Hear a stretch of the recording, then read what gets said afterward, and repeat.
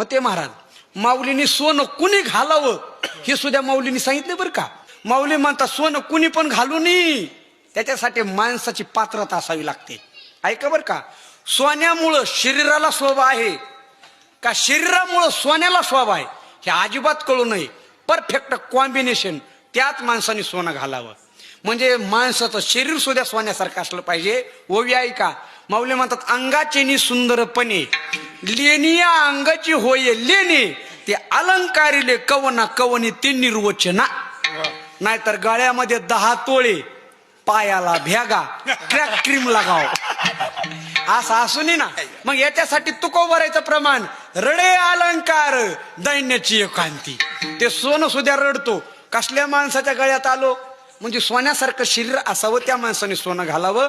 तुकोबाराय म्हणतात आम्ही अगदी त्या सोन्याचे म्हणजे सर्व सुखाचे अलंकार परिधान केले.